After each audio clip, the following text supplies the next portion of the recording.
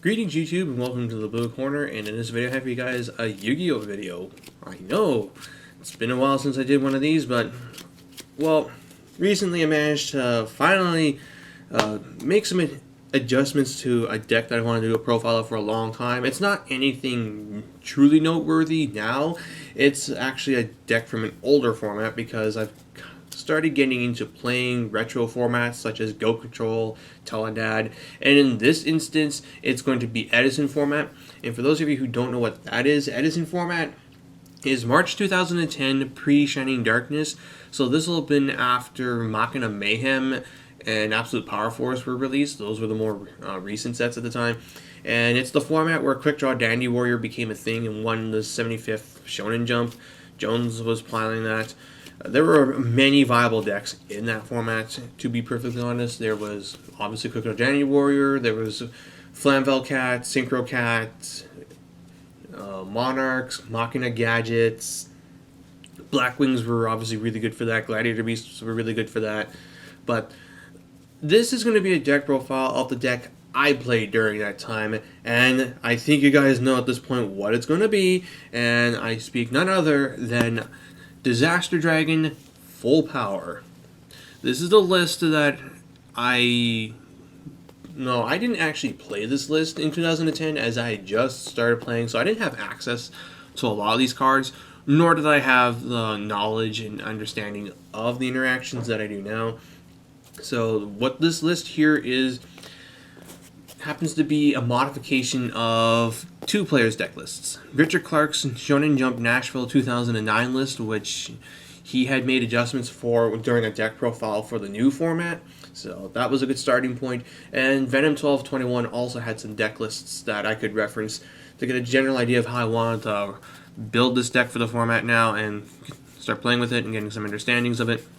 And yeah, it's an excuse for me to whip out some of my old cards that have been sitting in my band binder / collection, and it's finally an excuse for me to show off some of my foil upgrades for the deck that I've been working on for the last couple of years. Like, when I first picked this deck up, I didn't have access to Jump Red Meds and Super Mass Dragons and Ultimate Fufus and such, but now I do. So yeah, here's just a retro deck profile of March 2010 Disaster Dragon pre-Shining Darkness. Let's get started on this.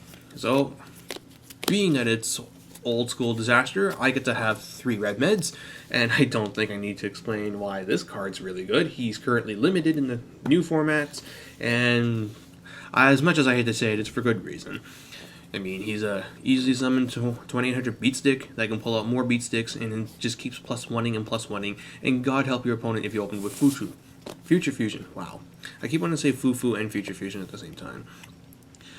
In addition to Red Med, I am running a copy of Prime Material Dragon, as his effect to protect you from being blown up by TT, Bottomless Trap Hole, Mirror Force, which were all fairly common at the time, is rather helpful, and the anti-burn effect is nifty too for that guy who's trying to play burn, but nobody plays burn during these formats, but it's just for the protection effect. Then for the small guys, 3 copies of Quackmere Drago, aka the Troll.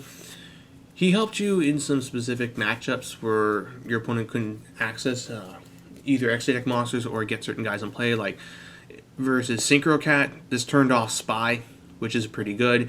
It also prevented them from getting at level 5 Synchro such as Catastor, Magical Android, and it could also prevented them from getting at Arcanite Magician. So that was really good. 1900 attack was also very respectable for the time. 1600 defense was actually pretty respectable too, so if this thing got econed, then they couldn't beat it over with Arabellum, because Arabellum's 1600. So Drago was just a pretty good guy back then, and the Blackwing matchup, it meant that they had to either have Kalut, Gale, or Sirocco, and they couldn't do mass special summoning until main phase 2, which you could try and restrict with your back row. So he was just a pretty good card at slowing down the opponent so that they'd be playing at your pace and then you beat them. Because I get Future Fusion in multiple red meds, Wyvern is obviously going to be played in here too. 1800 attack was actually rather respectable back in the day. It could tie with Lakari that had not been tagged in, beat over most GBs, most other monsters. It tied with Shura. Soroka was the only thing that can get over it. So you could beat over Boras, Kalutes, not on-field Kalutes, and what have you. So it was a pretty solid card back then.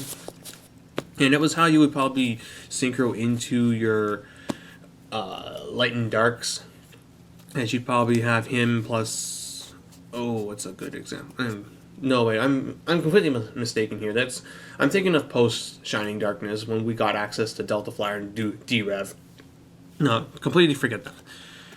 3 copies of Masked Dragon, your recruiter / floater. Cards like this were really good back then, as there weren't very many ways of outing these guys. Say for Smashing Ground and Fisher, those were recently unlimited, but it was just mostly Smashing Ground that was seeing play. So aside from those, this was going to stick on board and either get you to another Masked Dragon, an Exploder Dragon to out a monster, or a Totem Dragon if you had a Red Med in hand. And it allowed you to make some of your synchro plays. Speaking of Exploder, 2 copies of him, out to big monsters such as, obviously, Machina Fortress is one that comes to mind, as you couldn't really beat it over without losing a card, and you couldn't target it for monster effects too, so you'd lose a card out of your hand. Exploder Dragon was a nice out to it. It could also get over Goyle Guardian or Colossal Fighter, which were a bit of problems for this deck, as you may have noticed. We kind of have a benchmark of 2800 attack, and things that are either 28 or higher become difficult to beat without the extra deck. And sometimes you just can't get a synchro play going. So what do? You just summon Masked Dragon, ram that mofo into the guy, and then pull out Exploder Dragon and ram that into something too. I've always gotten like strange looks whenever I summon a Masked Dragon and attack with it into a bigger monster, but I always feel that that was one of the best things about Masked Dragons. You could use it offensively and defensively. It was like basically pay 1,500 life points or a bit more or less to out a monster, or to just get you to a tuner monster that you need to make a synchro play in the next main phase. Speaking of tuners, I'm running 2. The first one is Debris Dragon. You only have 1 target for his normal summon effect, so more often than not, you're just going to be synchroing him with your 3s to make 7s and your 2s to make 6s. And he can also make 10s with your level 6s. And, well, I am running 1 very good level 10 synchro in here. So, yeah, just the Debris Dragon. Wanted to bust out the ultimate rare forever, so now I can. And for the last tuner, it's Magna Draco. Again, pre-Shining Darkness, so Dread Dragon is not available yet. Magna Draco, it was just basically there as a tuner. He has an effect where if he attacks and deals damage, he gets bigger by 200, but you're not going to be attacking with this thing. You're just going to be tuning it with Wyvern or Drago into a level 6, or with Prime to make a level 8. Or with a 3 to make a level 5, but you probably don't really want to be doing that very often, at least. Depends on the situation. You don't really go into your non-dragons a whole lot because of this guy, Totem Dragon, where if you have only dragons in grave, you can special summon them if you control no monsters during your standby phase. And then you can count it as 2 tributes for a dragon type normal summon. If he leaves the board after being summoned this way, he gets banished. And come to think of it, this guy's never been reprinted. They should really get on that. I mean, he's not pricey anymore, but he's still hard to get since he's from Crimson Crisis, and he's a super rare from there. I think he's like $5-10. I don't know. He used to be 15 at one point.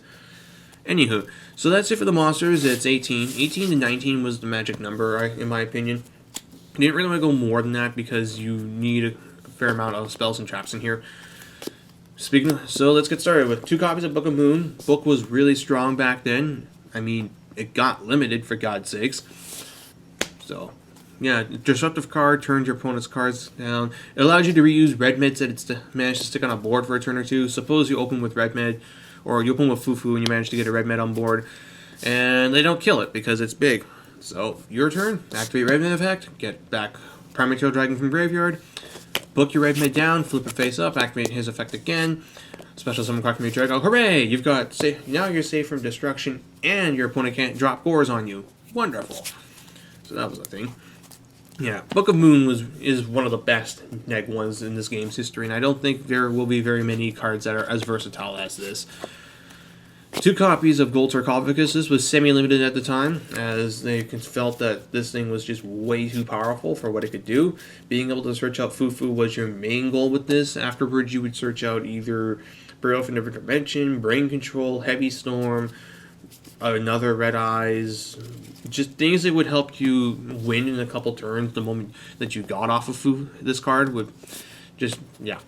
It eventually went to 2-ban lists after this deck was made because by that point Pot of Duality was out and it was basically a better Gold Sark, so why the hell was Gold Sark at 3? For the limited cards, 1 copy Brain Control, this thing's freaking stupid. Stealing your monsters and attacking with them, kind of strong. It's because of this card and Colossal Fighter in the format that when you opened with Fufu, it was actually bad to summon multiple red meds.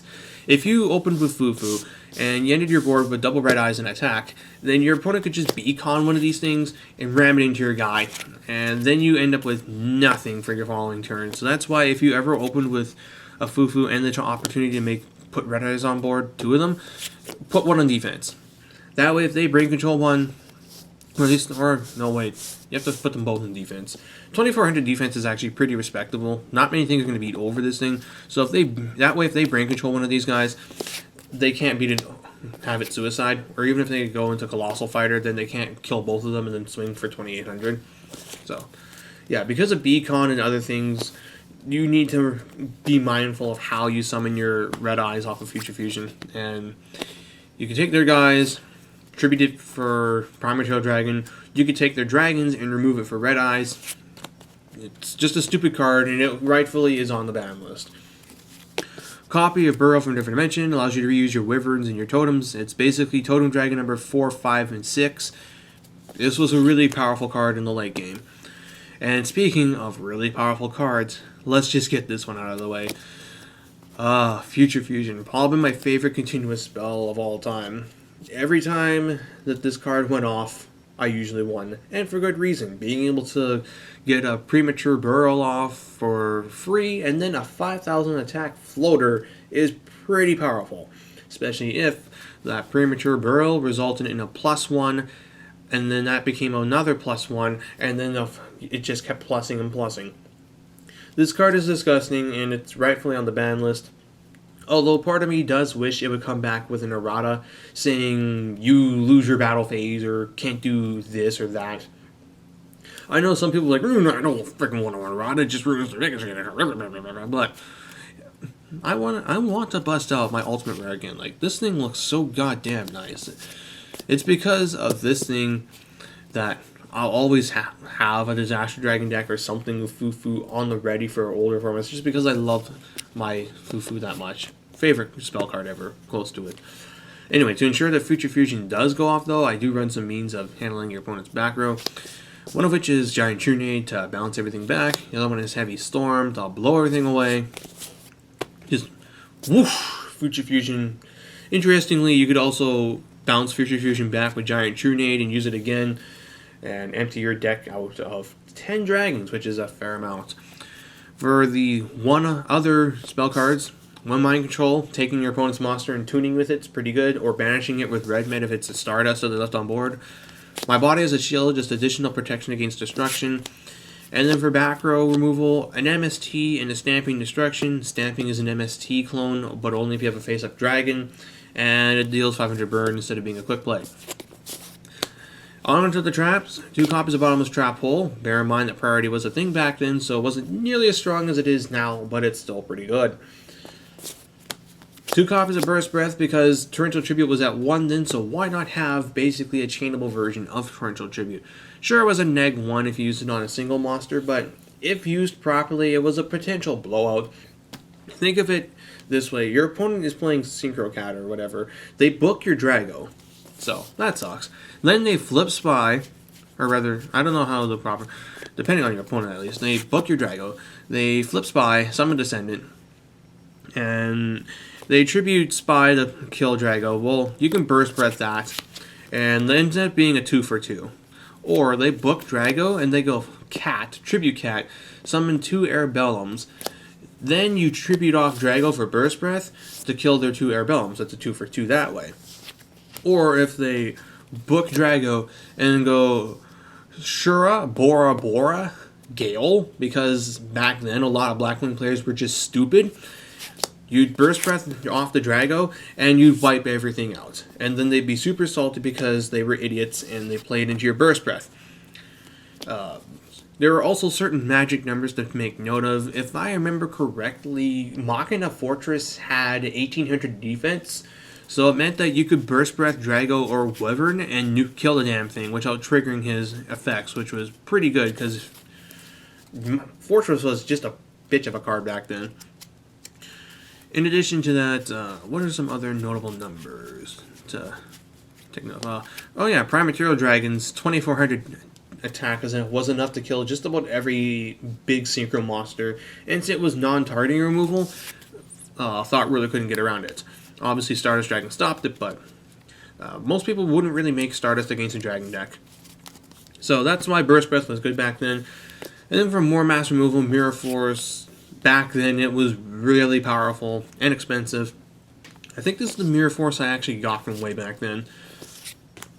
Yeah, I remember spending $40 on a Mirror Force, like damn, but it was at the time worthwhile. But now look at it, one copy Real Oppression. The card was just dumb and degenerate, and Act 2, but I only chose to run one copy because I just didn't have the space for a second one. But I might consider putting in a second one in the future. This is a 40 card deck, and it can easily be 41. But Royal Oppression, what can I really say about this thing that people may not already said? Oh, like it's what Emptiness wants to be. Pay 800 to negate effect a special summon or an inherent special summon. Sure, you can't do it during the damage step, but good God, this thing was just stupid. And you could semi-abuse this in the fact that Totem Dragon's revival effect can be done as many times as you need to until it's able to hit the board. So if you had a Totem Dragon and Oppression on the board, then you can just summon Totem Dragon and then just sack it off for Prime Material Dragon and just sit with Prime Material Dragon Royal Oppression, which is actually a pretty strong board. So that's why this thing is rightfully banned. Solemn Judgment.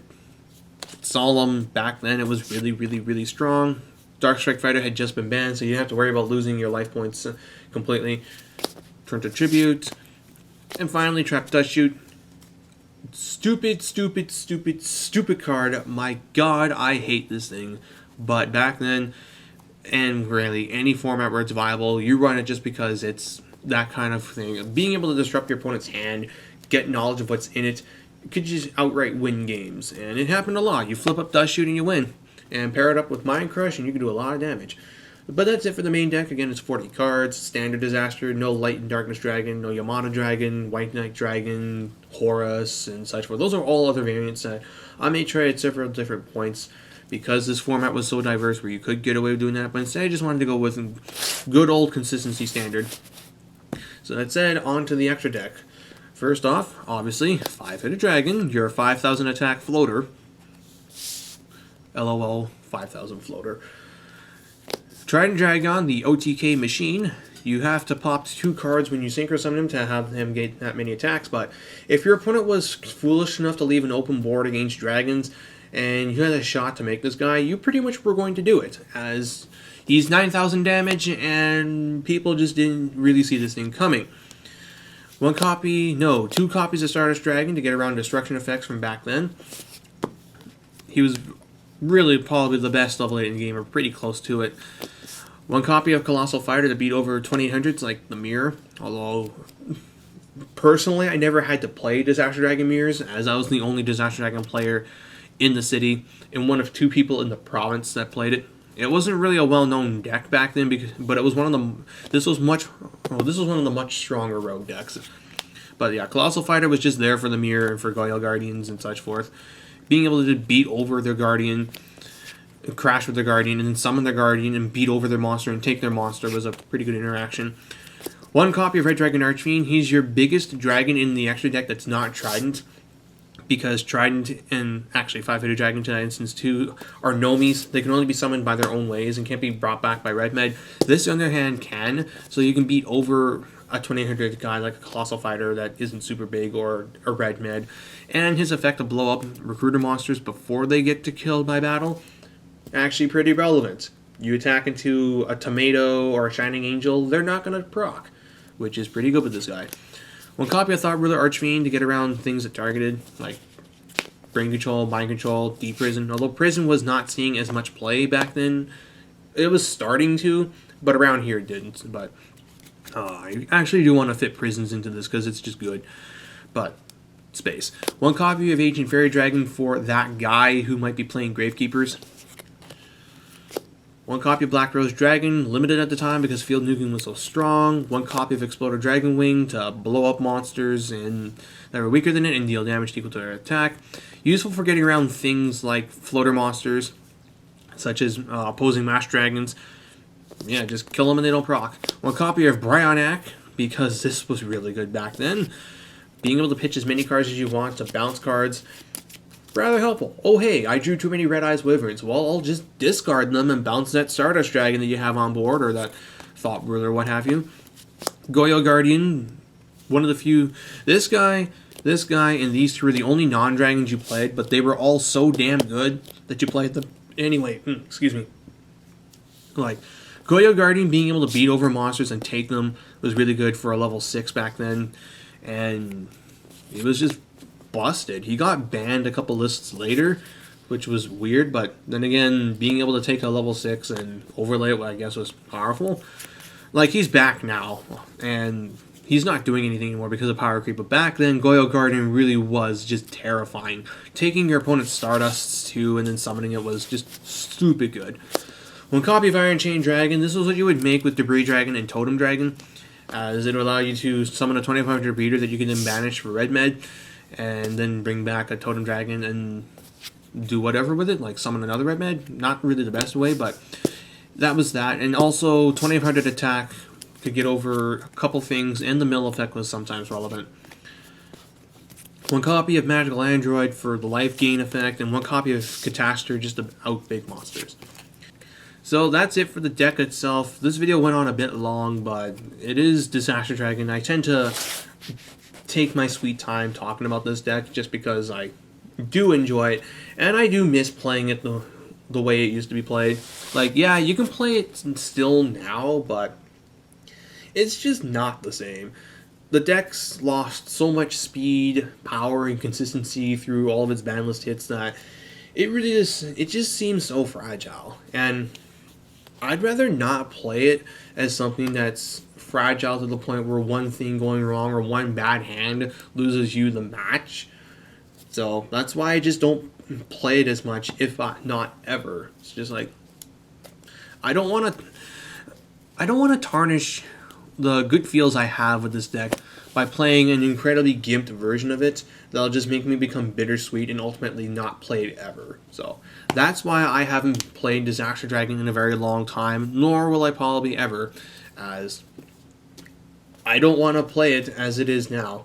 If I want to play it, I'm going to play it as in the older formats where I can get to do the really fun and crazy things that the deck had, like Future Fusion combos. But maybe that's just me becoming older and not as patient as I used to be. That being said, though, I hope you guys did enjoy the deck list. It was a chance for me to talk about Disaster Dragon once again, and it was a chance for me to bust out my shiny dragon cards, which I've wanted to do for a long time. Kind of wanted to do Frozen Ray just so I could show off my German Super Blizzard Dragons, but I only have one of it, and I don't want to go German Rare. I don't want to go Super Rare. So, yeah. That's all I got for this video. Hope you guys enjoyed it.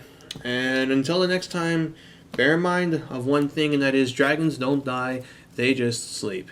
And, well, this summer, soon, dragons will be coming back. They'll be waking up. And it'll be in a glorious blaze of red-eyed fury.